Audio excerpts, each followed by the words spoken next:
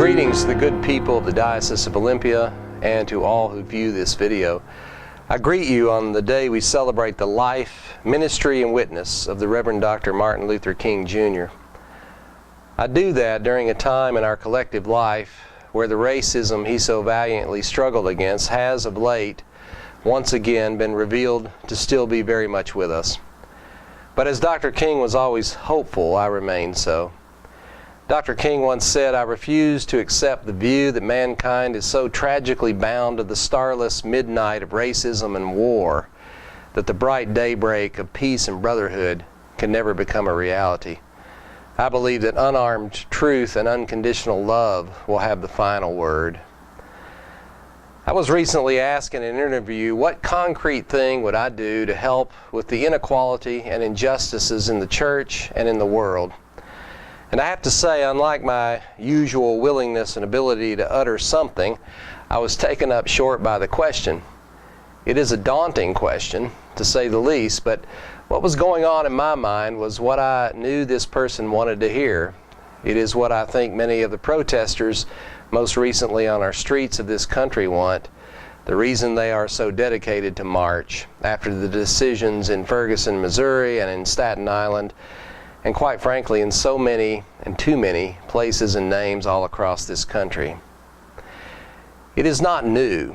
We have been here before, and I guess what brings me up short each time is the realization or belief I have that we will be here again if we don't change our response.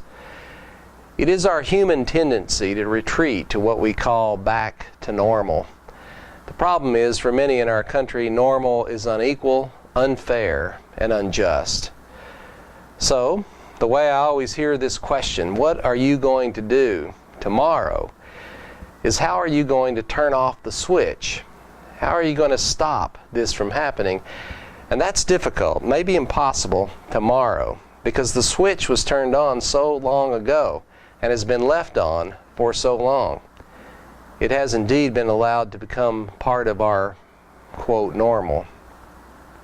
I'm troubled because the truthful answer to that question is a systemic answer.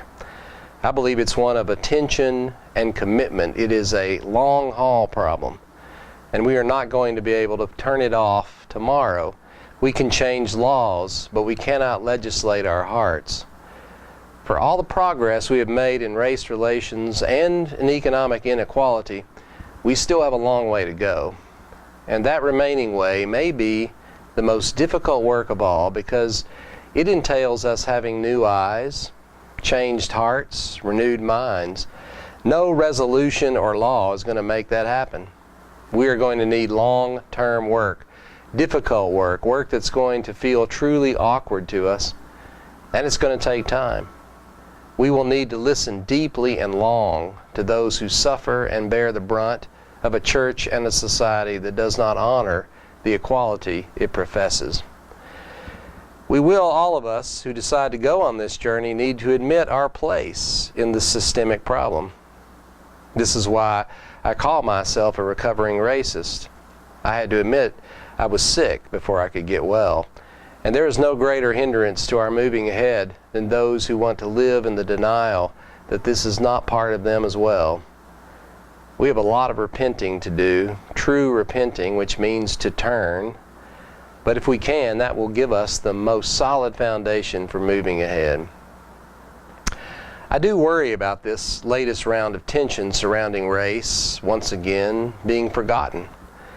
I have to admit I don't know all the ways we need to keep this going, but I will admit I think we need to try.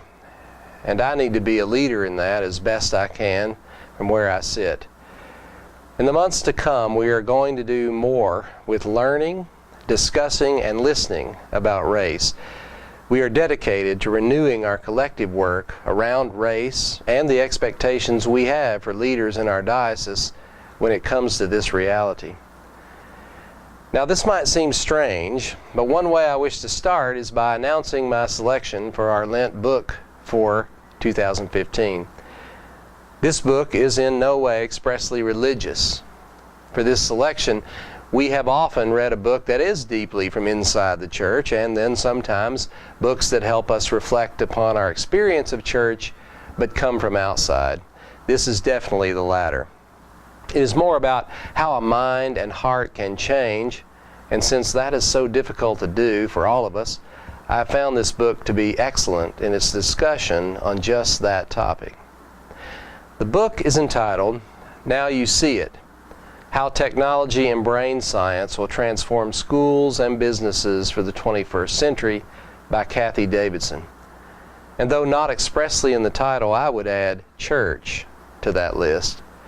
And I commend it to you and hope we will read it together as we have in the past, sharing insights, struggles, disagreements, and challenges along the way. If you find the selection odd, that's okay. It's supposed to be. But I hope you will give it a try nonetheless. Dr. King once said, "Human progress is neither automatic nor inevitable. Every step toward the goal of justice requires sacrifice, suffering, and struggles, the tireless exertions and passionate concern of dedicated individuals." I'm asking us to be, in our common life in this church, a focused and committed community of dedicated individuals, so we might become more of a light as we journey closer to the more perfect union this country has written into its precepts and toward the kingdom Jesus proclaimed. To do that, we will, all of us, have to change. Blessings to each and every one of you on this day when we celebrate the life, ministry, and witness of the Reverend Dr. Martin Luther King, Jr. May his dream continue with us now. But now is the time to make justice a reality for all of God's children.